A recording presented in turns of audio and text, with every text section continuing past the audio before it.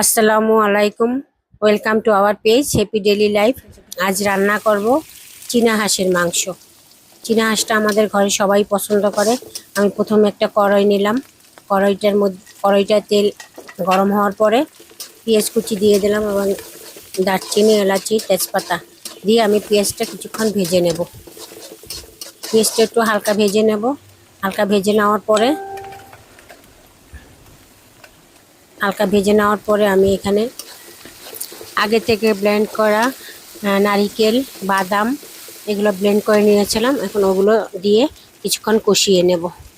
কিছুক্ষণ কষিয়ে নেওয়ার পরে আমি বাকি মশলাগুলো দিয়ে দেব, যেমন হলুদ বাটা, হলুদের গুঁড়া, মরিচের গুঁড়া, হলুদের গুঁড়া 2 চা চামচ, মরিচের গুঁড়া তিন চা চামচ, ধনিয়ার গুঁড়া 2 চা চামচ। মশলাগুলো দেওয়া হয়ে গেলে আগে থেকে ব্লেন্ডার করা যে জারটা ধুয়ে কিছুটা পানি দিয়ে জারটা ধুয়ে পানি দিয়ে দিছি।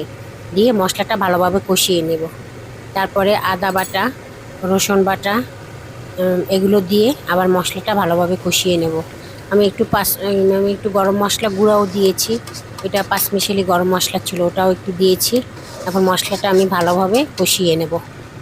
মশলাটা কষানো হয়ে গেলে আগে থেকে পরিষ্কার করে রাখা হাঁসটা আমি দিয়ে ভালোভাবে কষিয়ে নেব মাংসটা।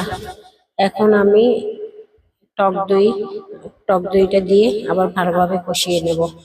টক দইটা আমি নিজে হাতে বানাই। আমি দুধটা একটু জাল করে তারপরে ভিনেগার অথবা লেবু দিয়ে করি। বেশিরভাগ লেবু দিয়ে করি, লেবু দিলে স্মেলটা ভালো আসে। বেশিরভাগ টক দইটা আমি হাতেই করি। পরে আমি লেবু দিয়ে টক দইটার সাথে সাথে ইনস্ট্যান্ট টক দই লাগলে আমি এভাবে করি সবসময়। আমার মাংসটা কষানো হয়ে গেছে। এখন আমি রান্না করার জন্য গরম পানি দিয়ে মাংসটা আধা ঘন্টা রান্না করব। হাঁসের মাংস তো সিদ্ধ হইতে একটু সময় লাগবে। আপনারা এভাবে কে কে খান আমাকে কমেন্টে জানাবেন। সবাই ভালো থাকবেন। আল্লাহ হাফেজ।